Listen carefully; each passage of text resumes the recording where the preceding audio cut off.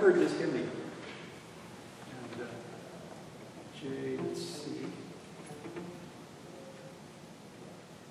You play the alto, and Kim play the soprano up an octave. Can you do that? Sure. Now just play the bass in any octave you want to. But I'm not going to give any direction. A good chamber ensemble has a leader. It's probably Kim. Well, it could be Kim, it could be one of the group.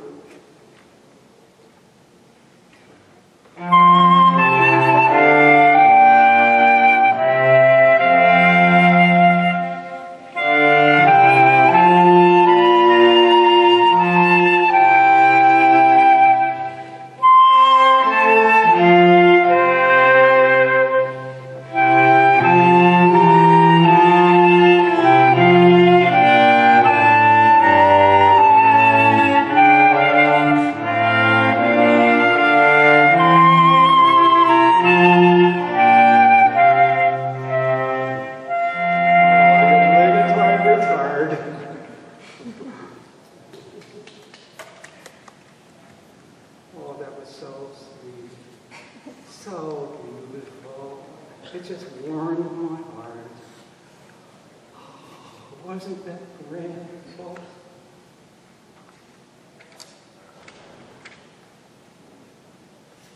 You've heard that hymn before, haven't you? Would you sing it for me?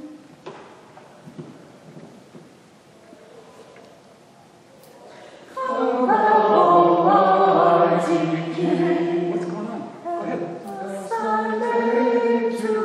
Keep it going.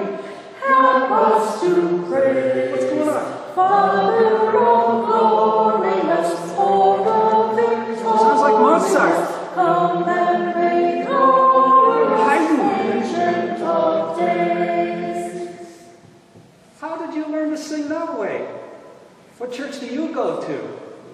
That was wonderful. I want to come to your church. If you sing that way, that was spectacular. I just want to come, Almighty King, help us thy name to sing. Faster. Was it tempo, Joe? Was it tempo, Matt? And energy. Yeah. Energy. What else? Text. And what? The text. Text, yes. Interpretation of the text. Right, they're not used to reading text and playing at the same time. Okay, you know the text, but what else is there? Tempo, energy, what else? What else did you hear? Dynamic. Dynamics, yes. What were the dynamics, Gil? When they sing it, Yeah. they were joyful and... Okay, right. That has to do with energy, Yeah. right? What else? Less legato. Yeah. Less legato. I'm sorry. Less legato for the Articulation, right? articulation. I have a hearing problem, so you'll have to speak up loud. Okay. Thank you. Okay, articulation. What kind of articulations were you using? Marcato, sort of. Is that a word that string players use? Marcato? I know string players have all kinds of bowings that they use, and we don't even know about, or sometimes they don't even know about it. Right? Right. And woodwind players have a whole range of articulations that they use. It's just phenomenal. It's not just legato and blowing.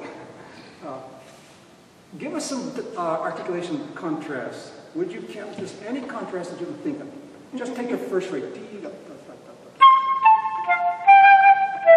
Okay, now, does that sound like Mozart? Okay, play it the way Brahms would. Play it in the style of Brahms.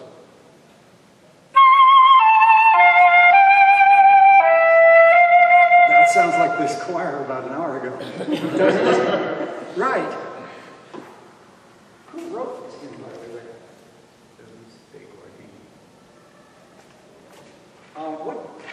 Where does he fit? Is he a gospel songwriter?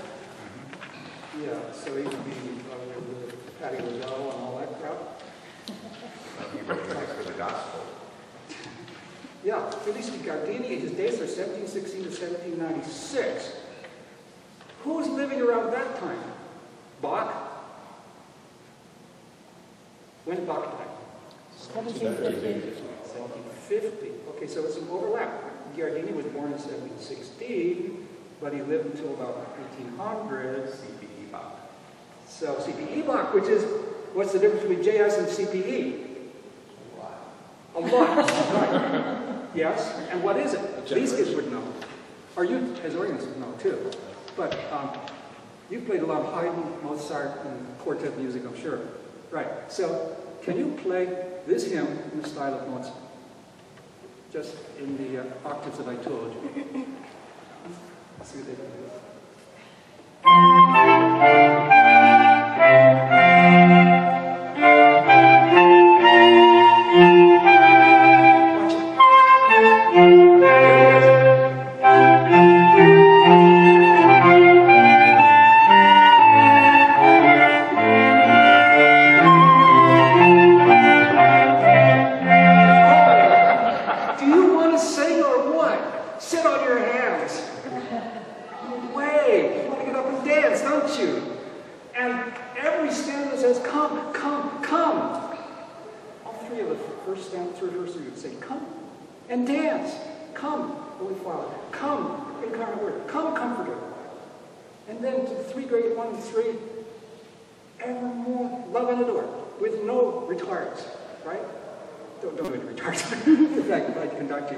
Slamming right on through. Why do we love and adore?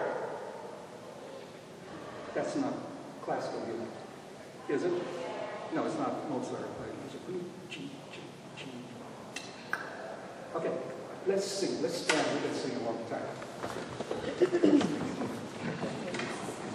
365.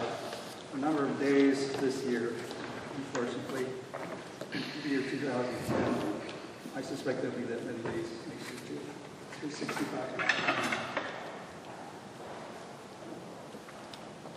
Would you give us an introduction to the last four measures, please? Trio.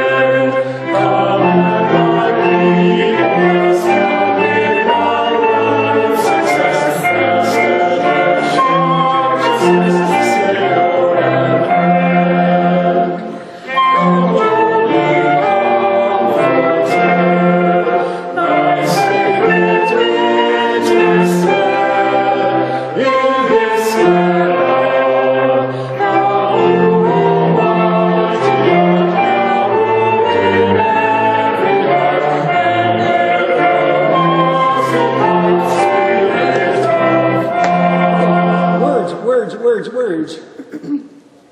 Stanza 4. Words. I can't hear the words. Here we go. To the great one in three, the highest praise is thee. Has ever made thy sovereign majesty, that we in glory see, and to eternity love and adore. Wow. Can you see the ladies in their long dresses, and the elegantly dressed men doing their dances? Mozart's time. Can you see it? Yes, I hope you can. The music is from that period. It's not from Brahms. Brahms didn't write this, unfortunately. Fortunately, he didn't. Otherwise, it would have been the way Kim played it, and it would be boring. Who wants to go to a boring church? Are we perpetuating the mindset of actually dumbing down the congregation into thinking that all hymns are created equal? Why doesn't Mozart sound like Brahms? Or vice versa, why doesn't Brahms sound like Mozart? Or doesn't Palestrina sound like Wagner? Or Wagner sound like Palestrina? Or better yet, why doesn't Bach sound like gospel? Or gospel sound like Bach? Do we expect our congregations to sing every hymn the same? We have to realize that congregations can do anything. And that congregations will do anything we do. You're looking at a bunch of convicts out there. They're on trial. They lead people astray every week. I'm just being facetious now. We all do, don't we? By the things we say, the things we do. We are models. I mean, look, where are our concepts? Front and center. Everybody looks at us. What do we do? We're models for the congregation. It's not just for the priest, the pastor, whoever else. It's for the people out there that come to see, to hear, to worship, to find, to experience a change in life. And if they can't find any reason to come, they might as well go and play football at the local, or go to a Bears game or something. That's so hard to say. As you know, there are now robots that can do anything, and hopefully we're not being programmed to be organists, like a lot of persons on the benches of the world's organs today. Now I'm really getting into the trouble. You're saying, who's this guy that's coming in slamming my organ playing? And you're saying, haha, my congregation doesn't even sing hymns, so this information is not for me. Well, or then you're saying, I need to get to the piano to make my congregation sing. We don't have this wonderful freedom to make our congregation sing. And the organ can't make this trio sound. Why? Because it's the person sitting on the bench that doesn't know how to do it. And I'm not criticizing anybody here. But do you realize that when we go to the piano to try to get our congregations to sing, pianos, and this is a very brash statement, pianos breed drums. Pianos breed guitars.